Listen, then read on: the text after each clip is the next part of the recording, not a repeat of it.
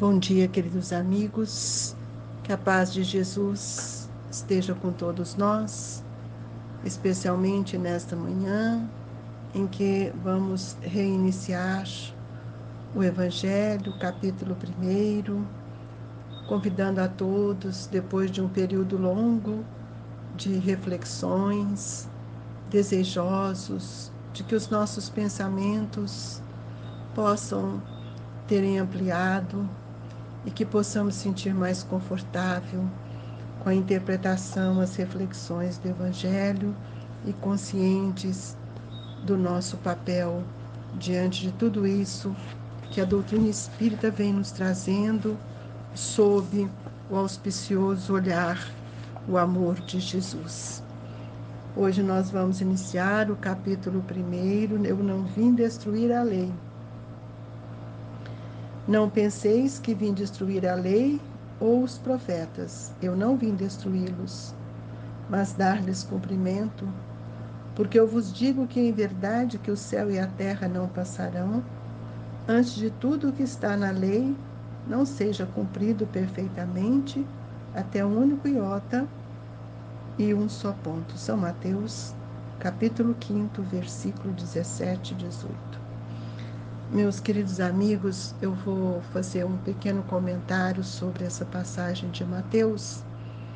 Não penseis que vim destruir a lei, mas dar-lhe cumprimento.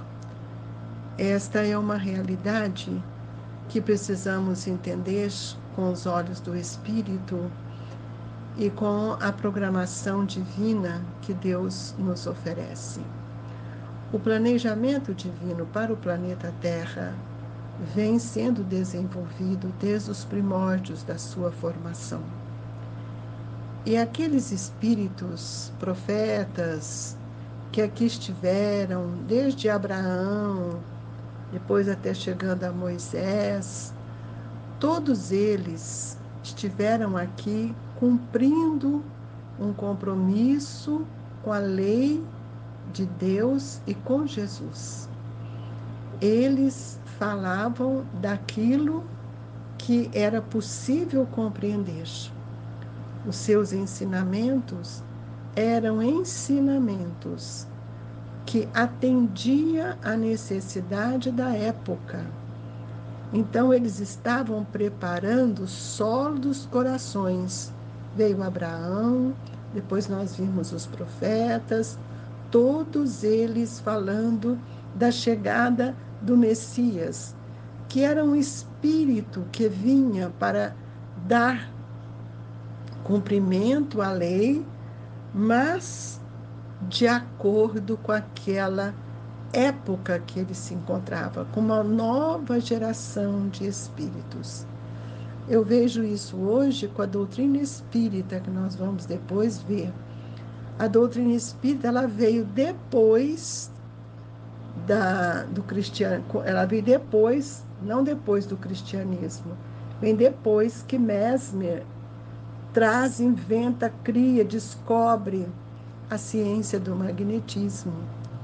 Porque como é que nós íamos explicar todos aqueles atos amorosos do Cristo, que eram atos que envolvem a química, a física, o magnetismo, como as curas, como a transfusão de fluidos, de energias, tudo tem um tempo.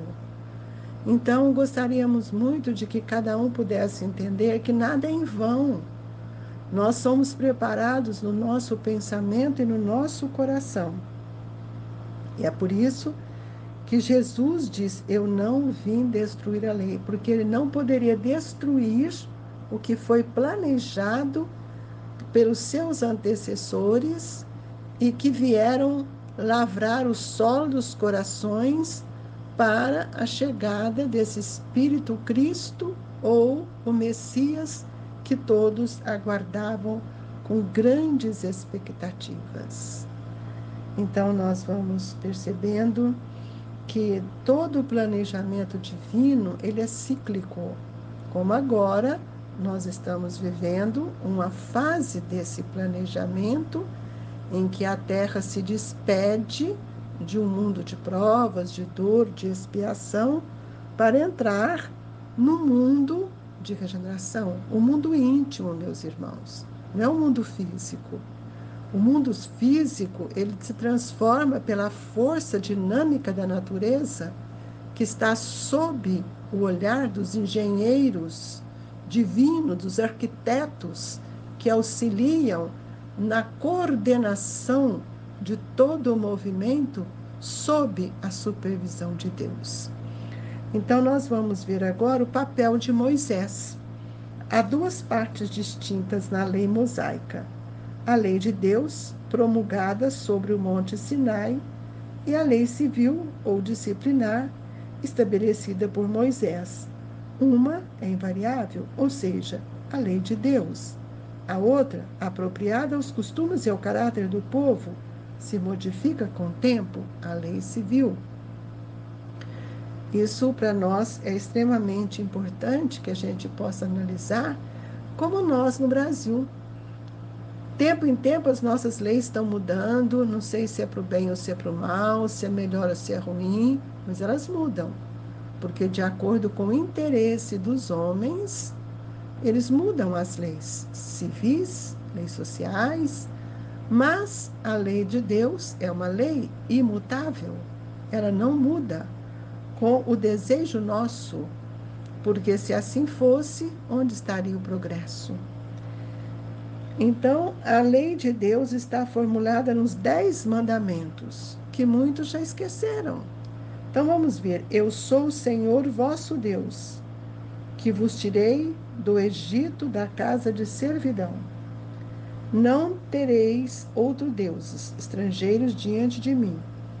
Não tereis imagens talhadas, nem nenhuma figura, de tudo que está no alto do céu e embaixo da terra, nem de tudo que está nas águas sobre a terra. Não os adorarei, nem lhes renderei em culto soberano. Ora, isto aqui está nos mostrando, nesse primeiro mandamento, que nós precisamos aprender a amar a Deus. E nós ficamos aí com tantas dificuldades para sentir a grandeza de Deus. Será que nossos olhos ainda não conseguiram compreender a força do Criador? E nós estamos ainda atrás de deuses de pedra, deuses de barro, e ainda achando que isso é o mais importante?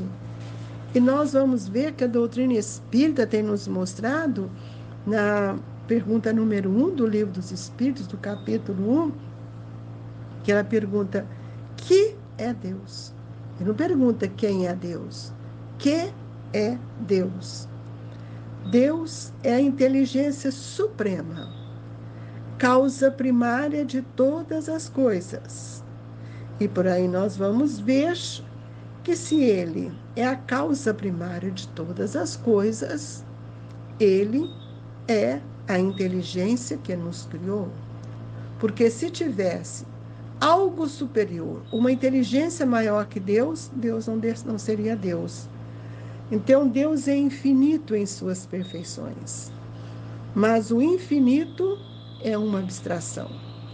Dizer que Deus é o infinito é tomar o atributo pela coisa propriamente dita e definir uma coisa ainda não conhecida por outra que também não é.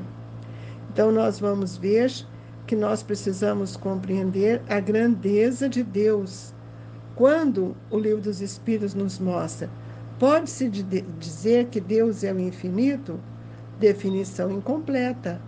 Pobreza de linguagem humana, insuficiente para definir o que está além de sua inteligência.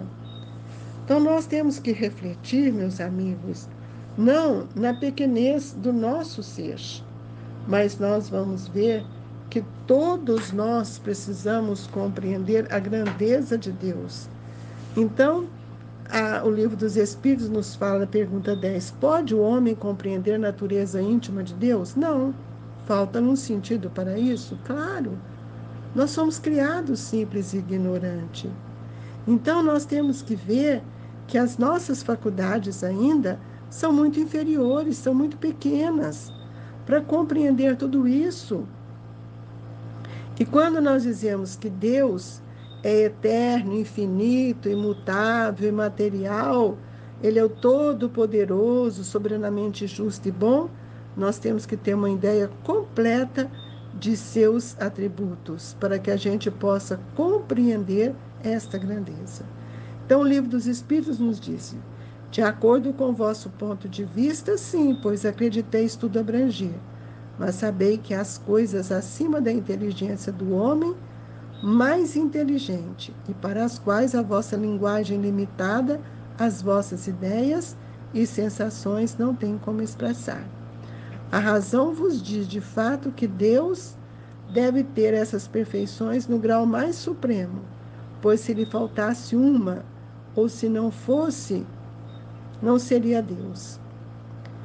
Para estar acima de todas as coisas, Deus não deve estar sujeito a qualquer vicissitude e nem ter qualquer das imperfeições concebidas pela imaginação. Deus é eterno. Se tivesse tido início, teria saído do nada, ou então teria sido criado por um ser anterior.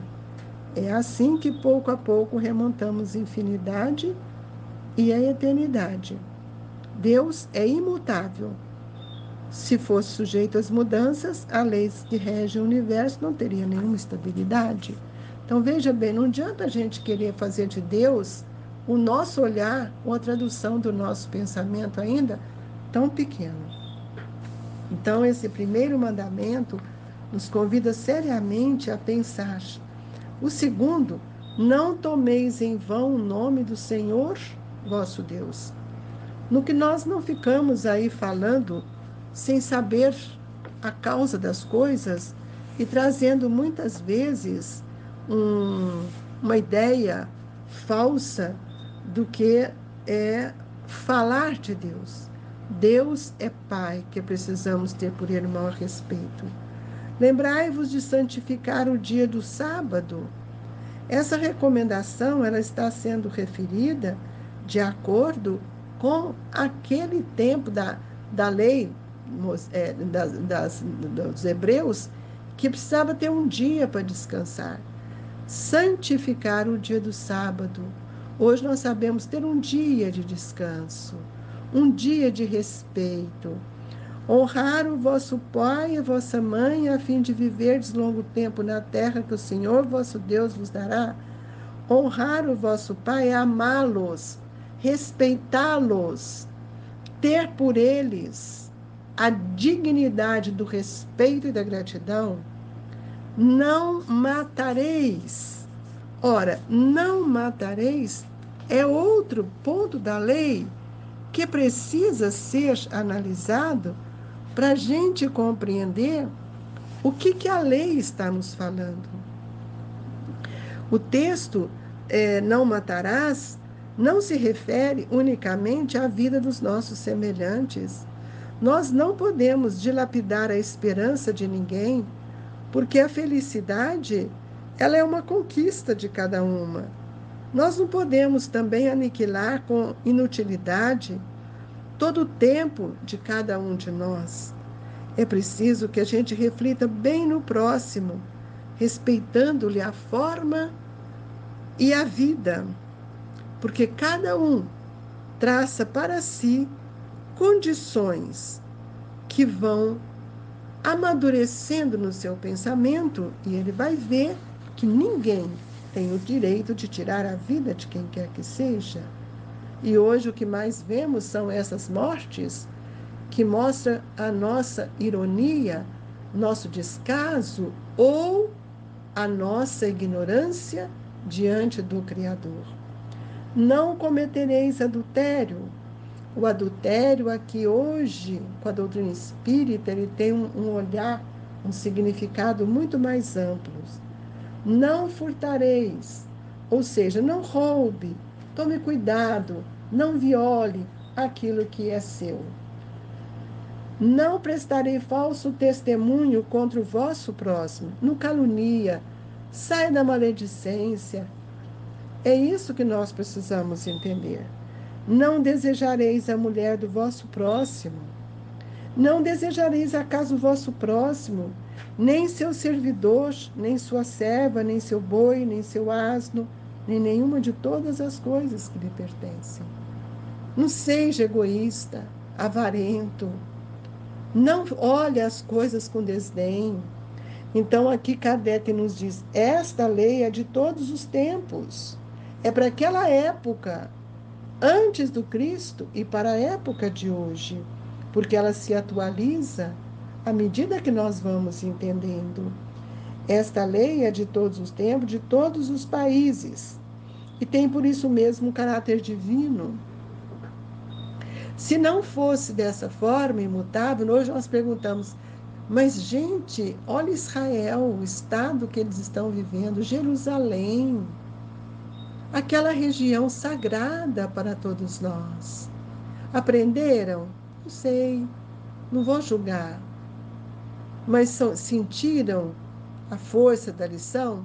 Também não sei, porque eu não conheço os espíritos que estão ali reencarnados. Vejamos bem, é lei de amor que nós estamos falando. Todas as outras são leis estabelecidas por Moisés, obrigado a manter pelo temor um povo naturalmente turbulento e indisciplinado, no qual tinha que combater os abusos enraizados e os preconceitos auridos da servidão do Egito. Quanto a sofrimento! Moisés veio para libertar aqueles homens. Ele foi o médium de Deus. Ele nos trouxe, ele que recebeu o decálogo, as primeiras conotações da lei divina. Para dar autoridade às suas leis, ele deveu atribuir-lhes origem divina, assim como fizeram todos os legisladores de povos primitivos. A autoridade do homem deveria apoiar sobre a autoridade de Deus, mas só a ideia de um Deus terrível que poderia impressionar os homens ignorantes, nos quais o senso moral e o sentimento de uma delicada justiça era ainda pouco desenvolvida. Hoje não. Hoje nós já temos um Deus bom, justo. Nós já compreendemos que Deus é misericordioso. E por que eles não compreendiam? Pela condição evolutiva do espírito. E hoje, com a doutrina espírita, nós já tivemos um outro olhar e já reencarnamos quantas vezes? Já melhoramos, já subimos um pouquinho no degrau da escala evolutiva. Tu não matarás, tu não farás mal ao teu próximo. Não poderia se contradizer, fazendo delas um dever de extermínios.